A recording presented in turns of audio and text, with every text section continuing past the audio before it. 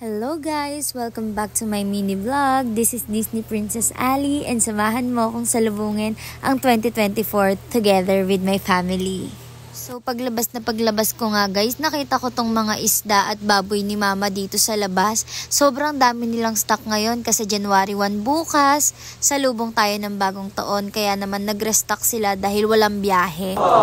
E di syempre pag walang biyahe guys, walang magtitinda. So ayan nga, nagluto muna ako ngayong umagahan namin dahil sobrang busy din ng nanay at tatay ko, hindi sila makapagluto. Pero kita nyo naman, nagawa ko pang sumayaw-sayaw at nakita nga ako ng bumibili sa amin kaya bigla akong napastop. O, pa-baby yarn.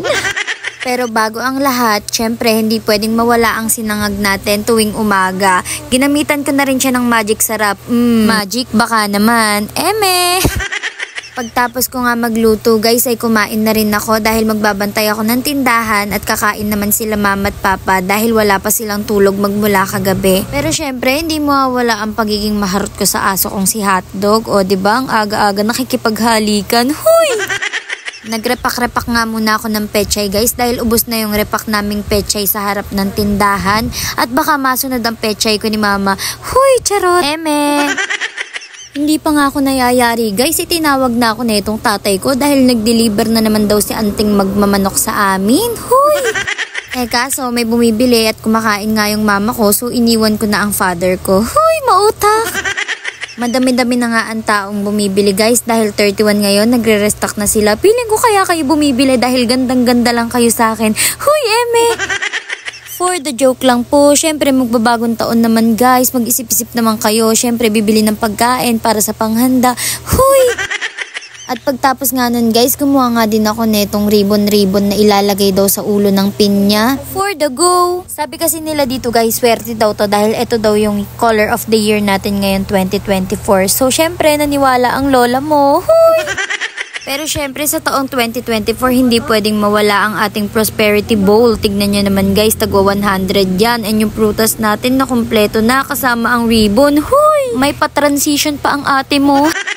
At nagsimula na nga ang party namin ngayong araw kaya naggugugulo na naman ng pamilya namin. Tignan mo, nagpalaro na kami agad, ang aga-aga pa. At sinundo nga din ako ng boyfriend ko dahil gumawa daw ng si mama. Uy, miss na miss yarn. And nandito nga din si mami kaya nag-video na rin kami. Siguro nga ay lungkot na itong boyfriend ko dahil bumili na ng alak. Tignan mo naman, mamimiss mo talaga ako be. Pagkahatid niya nga sa akin sa bahay namin ay nag-atang na ako dahil magsisimula na kami at nagpasalamat na rin ako sa isang buong taong kasama ang aking pamilya. Akala ko nga ay makakaligtas ako pero pinagtupi muna ako. Huy! Dahil naniniwala nga daw sila na isang buong taon ako magtutupi kapag New Year ako mismo nagtupi. Sinimulan ko na nga ang palaro para hindi makatulog itong mga bata hanggang pagsalubong. At tignan nyo naman guys, sobrang GG talaga sila at may nandadaya pa.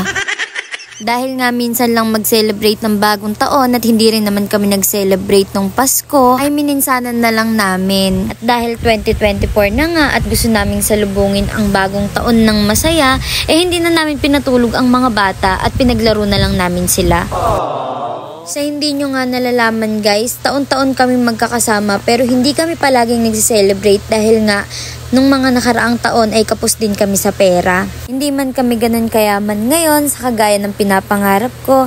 At least gusto naming salubungin ng bagong taon ng nakangiti at masaya, lalong-lalo na at kumpleto ang pamilya. Noon, kapag nakakakita ko ng mga batang naglalaro, iniisip ko ang suswerte nila kasi nakakapaglaro sila. Nabibigyan sila ng regalo, nakakapag-enjoy sila without knowing na maswerte pala ako kasi buo yung pamilya ko. Kaya yung mga gusto ko noon, gusto ko iparana sa mga kapatid ko ngayon.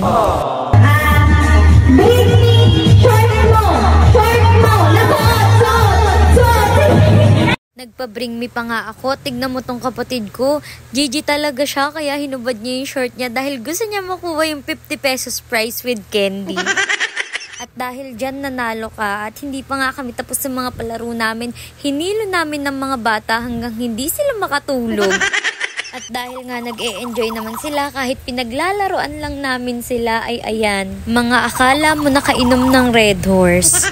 At isa pa nga tong batang ito, tignan mo naman akala mo makikipagsuntukan lang pero hilong-hilo na pala.